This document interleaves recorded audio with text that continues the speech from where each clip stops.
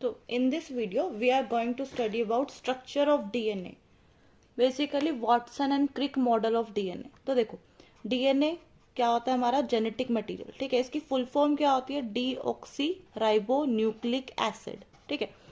ये इसके स्ट्रक्चर के ऊपर इसका नेम रखा हुआ है, कौन कौन से कंपोनेंट्स इसके अंदर प्रेजेंट है उसके बेस पे, ठीक है। डीएनए क्या है, जेनेटिक मटेरियल है, उसकी फुल फॉर्म है डीऑक्सी राइबो न्यूक्लिक एसिड, ठीक है।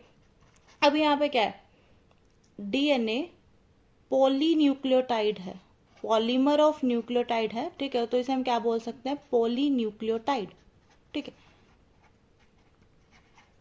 या फिर इसे हम बोल सकते हैं पॉलीन्यूक्लियोटाइड। अभी देखो डीएनए में मेनली 3 कंपोनेंट होते हैं, वो 3 कंपोनेंट हमने सही से स्टडी करने हैं, उसके बाद उन्हें अरेंज करना है प्रॉपर डीएनए का स्ट्रक्चर बनाने के लिए, ठीक है। तो कौन से वाले 3 कंपोनेंट्स होते हैं डीएनए के अंदर, फर्स्ट है फॉस्फेट ग्रुप, ठीक है। पहला होता है फॉस्फेट ग्रुप, उसके बाद शुगर, ठीक है। अब जो शुगर है वो 2 तरह की होती है। शुगर है, देखो शुगर कौन सी वाली है, पेंटोज शुगर है, शुगर है 5 कार्बन शुगर, ठीक है। 5 कार्बन शुगर को हम क्या बोलते हैं, पेंटोज शुगर। जैसे ग्लूकोज है ना, ग्लूकोज 6 कार्बन शुगर है, उसे हेक्सोस बोला जाता है। ऐसे यहाँ पे 5 कार्बन शुगर, इसे पेंटोज शुगर बोलेंगे। और क्या है, इस पेंटोज शुगर का नाम क्या है, राइबोज शुगर। अब डिपेंड करेगा डीएनए या आरएनए है कौन सी वाली शुगर प्रेजेंट है, ठीक है। फिलहाल इसे हम राइबोज शुगर लिख लेते हैं। उसके बाद नेक्स्ट क्या है, ये सेकंड कंपोनेंट है इसका। थर्ड कंपोनेंट क्या है इनके, न्यूक्लियोटाइड, ठीक है। बेसिकली थर्ड कंपोनेंट क्या है, नाइट्रोजिनस बेस। इन तीनों को मिला के न्यूक्लियोटाइड बनेगा, ठीक है। उन न्यूक्लियोटाइड का जो पॉलीमर होगा वो क्या बनेगा, डीएनए, ठीक है। तो थर्ड कंपोनेंट क्या है, नाइट्रोजिनस बेसिस। इनके अंदर क्या होता है, नाइट्रोजन प्रेजेंट होता है, ठीक है। तो ये 3 कंपोनेंट हमने डिटेल में स्टडी करने हैं। तो फर्स्ट कंपोनेंट देखो क्या था उसका, फॉस्फेट ग्रुप, ठीक है। तो ये जो फॉस्फेट ग्रुप है इसका स्ट्रक्चर करता है कैसा होता है, देखो फॉस्फेट ग्रुप है, ये होता है कैसा है, P double bond O, O H, O H, O H, ठीक है। या फिर इसे हम यहाँ से क्या होता है, हाइड्रोजन ये रिलीज कर सकता है, ये एसिडिक होता है। तो इसे हम कैसे लिख सकते हैं, P double bond O, O minus, O minus, O minus, ठीक है। या फिर इसे हम कैसे लिख सकते हैं, PO4 3 माइनस बन जाएगा ना ये इस वाले स्ट्रक्चर के बेस पे, ठीक है। या फिर अगर हम डायग्राम बनाएंगे तो फिर मतलब स्ट्रक्चर जब बनाएंगे डीएनए का तो हम इसे ऐसे बना सकते हैं, ठीक है। ये होता है हमारा फॉस्फेट ग्रुप। सेकेंड कॉम्पोनेंट क्या है, राइबो शुगर, पेंटोज शुगर, ठीक है, पेंटोज शुगर। अब इस पेंटोज शुगर में क्या है, अगर डीएनए है उसके अंदर अलग शुगर होगी, आरएनए है तो उसके अंदर अलग शुगर होगी, ठीक है। तो सपोज ये वाली शुगर है, देखो यहाँ पे क्या है, O है, ये first carbon, second carbon, third carbon, fourth carbon, और यहाँ पे लगा होता है इसका 5th कार्बन, ठीक है। अभी इन कार्बन्स में क्या होता है, इसके ऊपर सपोज यहाँ पे लगा हुआ है OH, OH, OH, OH, ठीक है। ये लास्ट वाली है, ये हमारा CH2OH, सॉरी यहाँ पे H आएगा ओनली, ठीक है। तो ये वाली शुगर है। और एक शुगर ये है, यहाँ पे लगा हुआ है ऑक्सीजन, कार्बन, कार्बन, कार्बन, ठीक। इसके ऊपर है हमारा CH2OH, ठीक है। यहाँ पे आ जाएगा सिंपली H, यहाँ क्या आएगा OH, ऊपर H, ठीक है। यहाँ पे भी क्या आ जाएगा H, H, इधर H आएगा, ठीक है। बाकी जो मतलब बच गया वहां पे सारा H आएगा, ठीक है। यहाँ पे क्या आएगा HOH, ठीक है। ये दोनों शुगर, अब इन दोनों में डिफरेंस क्या नजर आ रहा है, ये जो ये वाला कार्बन है इसके ऊपर एक ऑक्सीजन कम है ना। देखो जब भी हमने कार्बन के शुगर के कार्बन की नंबरिंग करनी है उसे नॉर्मली 1 2 3 4 नहीं करना, ऐसे 1 2 3 4 नहीं करना। इसे हम नंबरिंग कैसे करते हैं, 1 prime, 2 prime, 3 prime, 4 prime and 5 prime, ठीक है। सेम यहाँ पे 1 prime, 2 prime, 3 prime, 4 prime and 5 prime. ऐसा हम क्यों करते हैं, क्योंकि जो नाइट्रोजिनस बेस है ना उसमें भी कार्बन है तो उनकी भी नंबरिंग होनी है, तो उसे हम सिंपली 1 2 3 4 ऐसे करके लिख देते हैं। जब शुगर की नंबरिंग करते हैं तो 1 प्राइम, 2 प्राइम, 3 प्राइम करके लिखते हैं, ताकि अगर कोई बोले कि 4 प्राइम कार्बन तो हमें पता लग जाए कि शुगर के कार्बन की बात हो रही है, ठीक है। अब यहाँ पे क्या है, इस 2 प्राइम कार्बन पे एक ऑक्सीजन कम है, यहाँ पे 2 प्राइम कार्बन पे एक ऑक्सीजन प्रेजेंट है, तो इस वाली शुगर का नाम हुआ राइबोज शुगर। ठीक है, ये वाली जो शुगर है इसे हम क्या बोल सकते हैं, 2 prime D oxy ribose sugar. ठीक है, मतलब 2 प्राइम कार्बन पे एक डी ऑक्सी कंडीशन प्रेजेंट है, एक ऑक्सीजन कम है। ठीक है, तो ये हमारे 2 शुगर हैं। ऑब्वियसली ये जो राइबोज शुगर है कहाँ पे प्रेजेंट होगी, आरएनए में प्रेजेंट होगी। अगर डीएनए है तो डीएनए के अंदर ये वाली डीऑक्सी राइबोज शुगर प्रेजेंट होगी। ठीक है, ये एक डिफरेंस आ गया डीएनए और आरएनए का। ठीक है, नेक्स्ट हमने करना है नाइट्रोजिनस बेसिस। अभी देखो जो नाइट्रोजिनस बेसिस हैं वो 2 तरह के होते हैं, एक होता है प्यूरिन्स और एक होता है पिरिमिडिन्स। ठीक है, प्यूरिन्स एंड पिरिमिडिन्स। अब यहाँ पे इनके हमें स्ट्रक्चर करने की जरूरत नहीं है। ठीक है, फिलहाल क्योंकि हमने डीएनए के मेनली डीएनए के स्ट्रक्चर पे फोकस करना है। प्यूरिन्स में क्या होता है, इस तरह से इनका जो स्ट्रक्चर होता है ना उसमें 2 रिंग प्रेजेंट होती है ऐसी, तो ये दोनों सेम तरह के कंपाउंड है थोड़ी सी मॉडिफिकेशन के साथ। प्यूरिन्स कौन कौन से होते हैं, एडिनिन होता है और सेकेंड वन इज ग्वानिन। ठीक है, 2 तरह के हमारे पास प्यूरिन होते हैं, एडिनिन एंड ग्वानिन। ठीक है, नेक्स्ट पिरिमिडिन्स है। पिरिमिडिन 3 तरह के होते हैं, थायमिन, इसको छोड़ो, देखो फर्स्ट लिखो साइटोसिन, साइटोसिन के बाद क्या आएगा, थायमिन एंड यूरेसिल। इन दोनों में डिफरेंस क्या है, ये जो प्यूरिन और पिरिमिडिन है ना, पिरिमिडिन के अंदर सिर्फ एक ऐसा स्ट्रक्चर प्रेजेंट होता है, एक सिंगल रिंग वाला स्ट्रक्चर प्रेजेंट होता है। ठीक है, और ये जो कंपाउंड है नाइट्रोजनस बेसिस हेट्रोसाइक्लिक रिंग वाले होते हैं, बीच में नाइट्रोजन प्रेजेंट होता है और कार्बन प्रेजेंट होता है। ठीक है, तो हेट्रोसाइक्लिक कंपाउंड्स हैं, ये याद रखना है। ठीक है, प्यूरिन्स हैं, पिरिमिडिन्स हैं, 2 तरह के, 2 प्यूरिन होते हैं एडिनिन एंड ग्वानिन, 2 होते हैं साइटोसिन, साइटोसिन थायमिन, सॉरी 3 होते हैं pyrimidine, cytosine, thymine and uracil. ठीक है, इनको डिनोट करना होता है, इनके हम फर्स्ट लेटर से डिनोट कर सकते हैं AG। ठीक है, इधर डिनोट कैसे करेंगे, CTU। ठीक है, अभी हमने डिफरेंस देखना थायमिन और यूरेसिल में क्या डिफरेंस होता है। देखो अगर हमारे पास RNA है और दूसरा क्या है डीएनए, आरएनए के अंदर क्या प्रेजेंट होगा, adenine, guanine, cytosine and uracil. DNA के अंदर क्या प्रेजेंट होगा, adenine, guanine, cytosine and thymine. ठीक है, मतलब डीएनए के अंदर T प्रेजेंट है, आरएनए के अंदर U प्रेजेंट है। ये हमने सेकंड डिफरेंस किया है डीएनए और आरएनए का। आरएनए के अंदर शुगर अलग थी ना, राइबोज शुगर, यहाँ पे थी डीऑक्सी राइबोज शुगर। ठीक है, इसके अंदर आरएनए के अंदर क्या होता है, thymine is replaced by uracil. ठीक है, ये डीएनए की स्टेबिलिटी को कंट्रीब्यूट करता है। अब देखो सपोज यूरेसिल का हमने स्ट्रक्चर बनाया, डिटेल में स्ट्रक्चर करने की फिलहाल जरूरत नहीं है, जैसे अज्यूम करो कि ये वाला जो स्ट्रक्चर है ये यूरेसिल है। ठीक है, इसके बाद फर्स्ट, सेकंड, थर्ड, फोर्थ और ये 5th पोजीशन पे एक कार्बन लगा हुआ है यहाँ पे।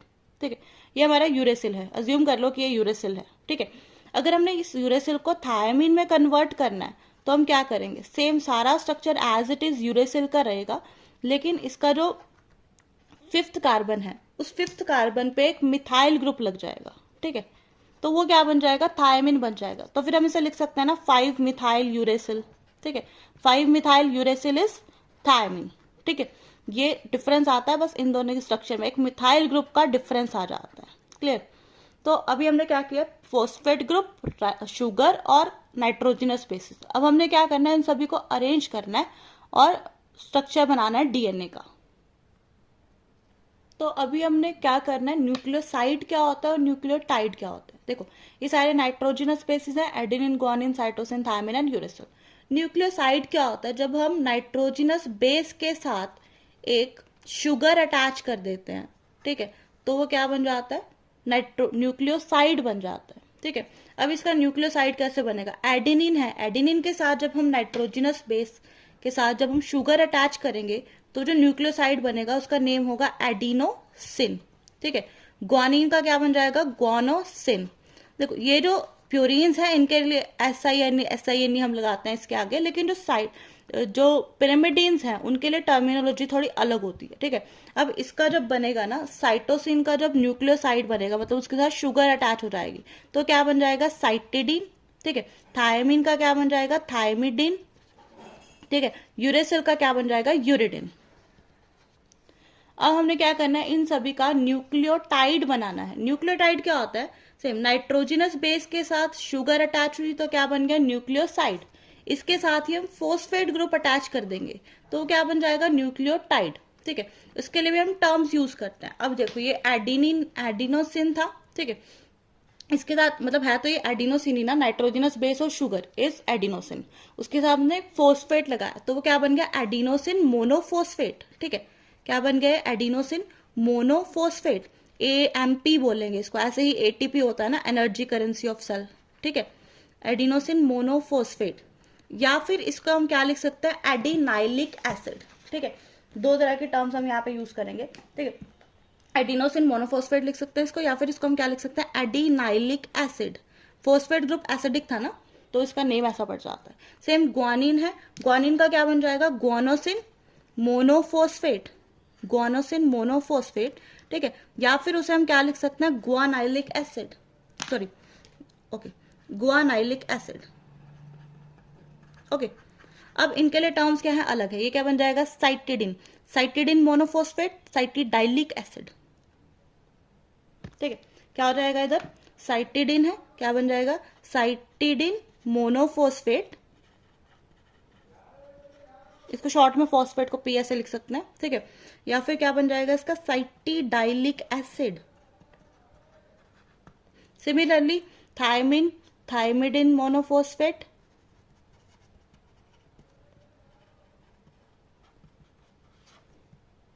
ठीक है, तो ये सारी क्या हो जाएंगी, टर्मिनोलॉजीज हो जाएंगी न्यूक्लियोसाइड एंड न्यूक्लियोटाइड के लिए। अब ये जो न्यूक्लियोटाइड बना है ना, इनकी जब पॉलीमर बनेगा तो उससे क्या होगा, पूरा का पूरा DNA बन जाएगा। ठीक है, ये सारी इनकी टर्मिनोलॉजीज हैं।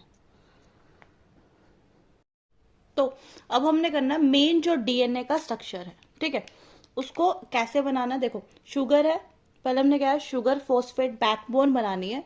तो यहाँ पे क्या हो जाएगी, हमारी शुगर आएगी, यहाँ पे ऑक्सीजन प्रेजेंट है इसका। ठीक है, ये 5 कार्बन वाली सारी पोजीशन है। ठीक है, ऐसे करके ये नेक्स्ट शुगर, नेक्स्ट शुगर, ठीक है, ये वाली शुगर, फिलहाल इतनी बहुत है। ठीक है, अब देखो ये एक शुगर फॉस्फेट बैकबोन है। ठीक है, यहाँ पे क्या होता है, एक पोजीशन पे कार्बन लगा हुआ था ना, इस पोजीशन पे। ठीक है, तो ये वो वाला कार्बन है, सपोज यहाँ पे वो कार्बन प्रेजेंट है, ये क्या है, 5 प्राइम पोजीशन थी इसकी, जहाँ पे कार्बन प्रेजेंट था। ठीक है, अब ये जो फॉस्फेट होगा ना, ये इसका 5 प्राइम कार्बन वाला 5 प्राइम कार्बन है यहाँ पे। ठीक है, तो इसकी हम नंबरिंग कर लेते हैं। सपोज ये क्या था, 1 प्राइम, 2 प्राइम, ये थी इसकी 3 प्राइम पोजीशन। ठीक है, ये वाली थी इसकी 4 प्राइम पोजीशन, और ये वाली क्या थी, इसकी 5 प्राइम पोजीशन। ठीक है, सेम एक लास्ट वाले कार्बन की नंबरिंग कर लेते हैं जस्ट फॉर अंडरस्टैंडिंग। ठीक है, ये क्या, इसकी 1 प्राइम, इसकी 2 प्राइम, जहाँ पे डीऑक्सीराइबोस कंडीशन प्रेजेंट थी। ठीक है, ये वाली इसकी पोजीशन आ गई 3 प्राइम। ठीक है, यहाँ पे क्या था, एक ऐसे OH लगा हुआ था ना 3 प्राइम पोजीशन पे। ठीक है, ये इसकी 4 प्राइम पोजीशन, और ये वाली इसकी क्या आ गई, 5 प्राइम पोजीशन। ठीक है, सेम सारी ही शुगर्स के अंदर प्रेजेंट होगा। ठीक है, अभी देखो ये जो फॉस्फेट ग्रुप है, यहाँ पे फॉस्फेट ग्रुप प्रेजेंट होता है। तो यहाँ पे जब हम फॉस्फेट लगाएंगे, इस वाले कार्बन के, इस वाले शुगर के 3 प्राइम के साथ लगेगा, और इस वाले के 5 प्राइम के साथ। ठीक है, सेम यहाँ पे ऐसे फॉस्फेट प्रेजेंट होंगे। ठीक है, ये फॉस्फेट इसके 3 प्राइम के साथ, इसके 5 प्राइम के साथ। ठीक है, इसके 3 प्राइम के साथ, इसके 5 प्राइम के साथ, ऐसे फॉस्फेट प्रेजेंट होंगे। ठीक है, अभी देखो यहाँ पे क्या है, 5 प्राइम शुगर फ्री है ना, अदरवाइज 5 प्राइम के साथ फॉस्फेट अटैच होता है। तो इस वाले एंड को हम क्या बोलते हैं, 5 प्राइम एंड। ठीक है, तो एक एंड क्या बन रहा था, 5 प्राइम एंड, लेकिन इधर क्या है, इसका 3 प्राइम वाला फ्री है। तो इस वाले एंड को हम क्या बोलेंगे, 3 प्राइम एंड, या फिर इसे हम क्या बोल सकते हैं, 3 प्राइम OH एंड। ठीक है, क्योंकि यहाँ पे एक OH होता है ना फ्री, चाहे RNA हो चाहे DNA हो, यहाँ पे तो OH प्रेजेंट होगा। तो ये क्या बन गया, इससे एक शुगर फॉस्फेट बैकबोन बन गई। सिमिलरली दूसरा वाला स्ट्रैंड होगा, ठीक है, उसकी हम बना सकते हैं शुगर फॉस्फेट बैकबोन। देखो इसको ऐसे रख लेते हैं, ऐसे इजीली बन जाता है। ठीक है, तो यहाँ पे क्या होगा, इस वाले स्ट्रैंड की शुगर्स प्रेजेंट होंगी।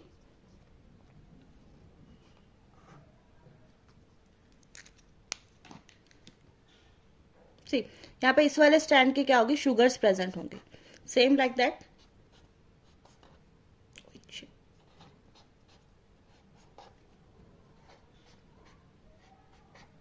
ठीक है, तो सेम यहाँ पे क्या होगा, इसका 5 प्राइम वाला कार्बन प्रेजेंट होगा,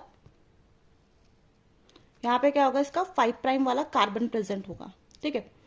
और यहाँ पे क्या है इसका 1 प्राइम 2 प्राइम, सेम जैसे पहले वाला स्ट्रैंड बनाया।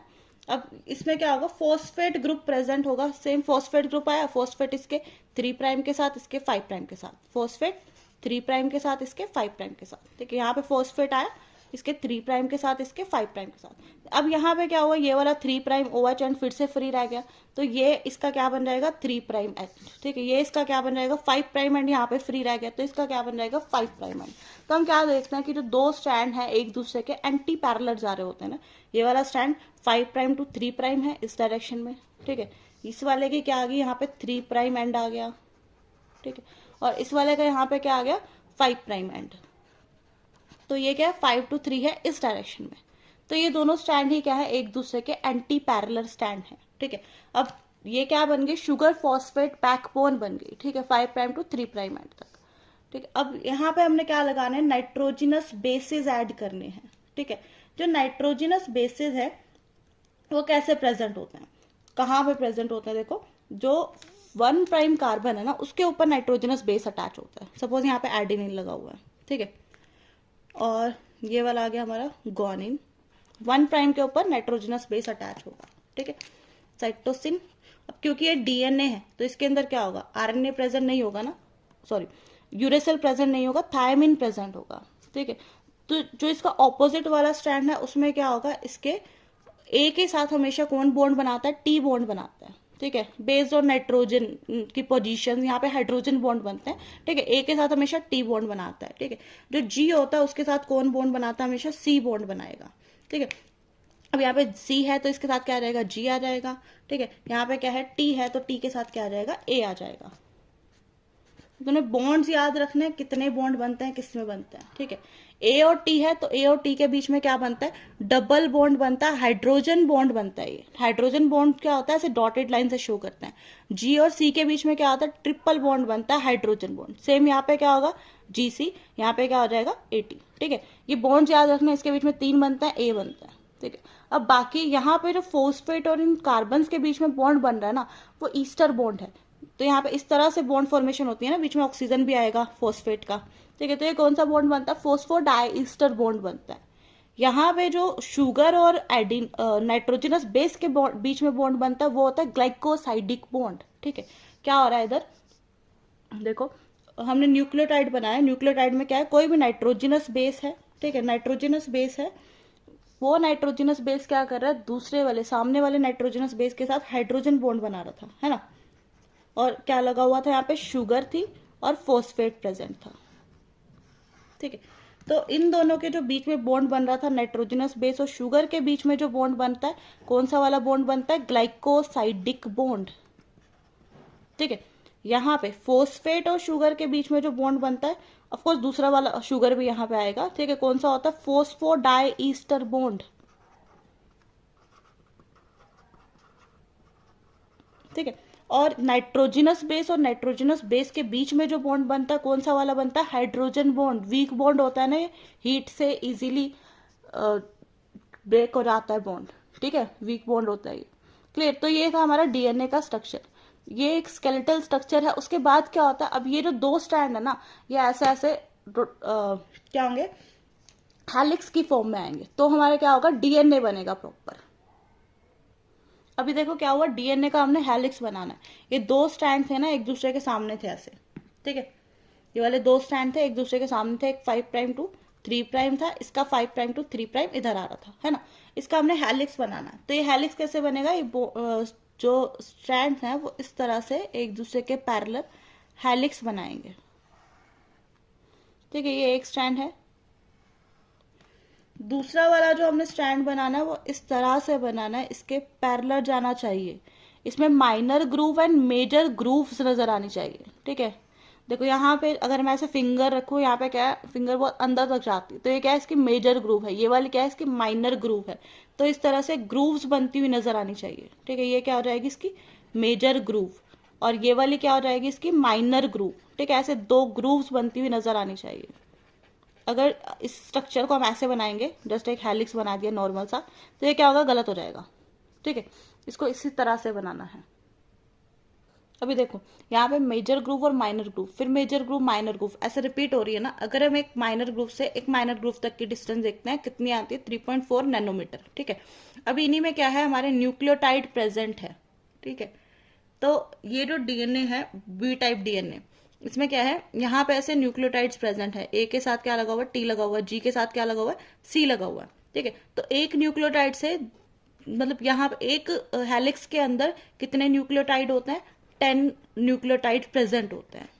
ठीक है, 10 न्यूक्लियोटाइड बेस पेयर, पेयर बन रहा है ना इसका, नाइट्रोजनस बेसिस का पेयर। ठीक है, ऐसे करके 10 बेस पेयर्स प्रेजेंट होते हैं टोटल।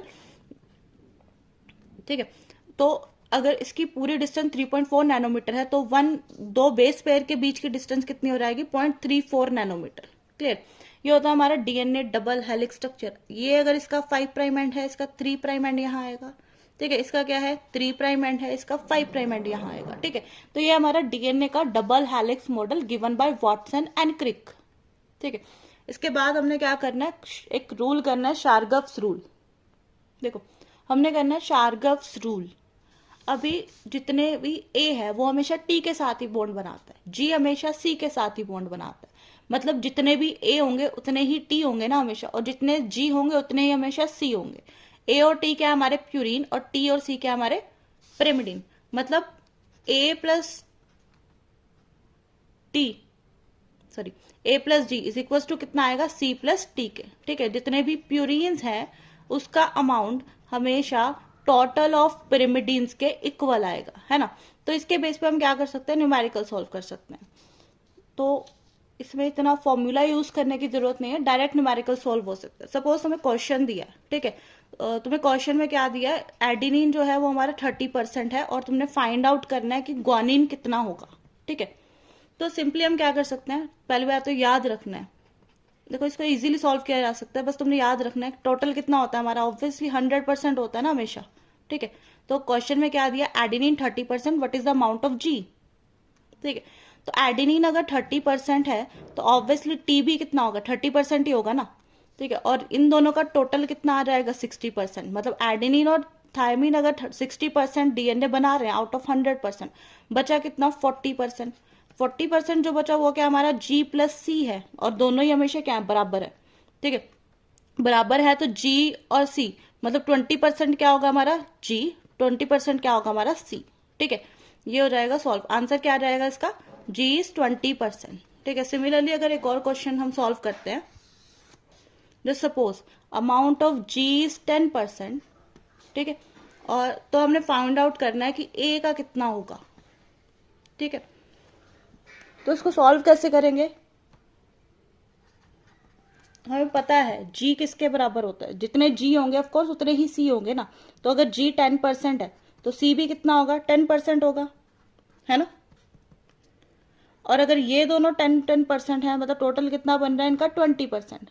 100 में से 20 माइनस कर देंगे, मतलब टोटल 100% होता है ना, तो उसमें से 20 माइनस करोगे कितना आएगा, 80%। मतलब जो बचा हुआ 80% है वो हमारा क्या है, ए प्लस टी। अगर ए प्लस टी बचा हुआ 80% है, इसका मतलब वो क्या आ जाएगा, 40% is A and 40% is T. Clear, तो इस तरह का क्वेश्चन आएगा। तो आंसर क्या आ जाएगा इसका, ए इज 40%। ठीक है, सिमिलरली ऐसे हम न्यूमेरिकल सॉल्व कर सकते हैं। जैसे सपोज क्वेश्चन दिया है, if amount of T is 20%, find the amount of you. तो ये क्वेश्चन सॉल्व हो सकता है, नहीं हो सकता, क्योंकि अगर टी प्रेजेंट है तो वहां पे यू प्रेजेंट ही नहीं रहेगा। ठीक है, ऑब्वियसली अगर टी प्रेजेंट है तो वहां पे यू प्रेजेंट नहीं रहेगा, क्योंकि वो आरएनए और डीएनए का डिफरेंस आ जाता है। ठीक है, तो ऐसे करके क्या है, शारगफ रूल के न्यूमेरिकल सॉल्व हो सकते हैं। Okay, this was all about structure of DNA. I hope you like the video. Thanks for watching.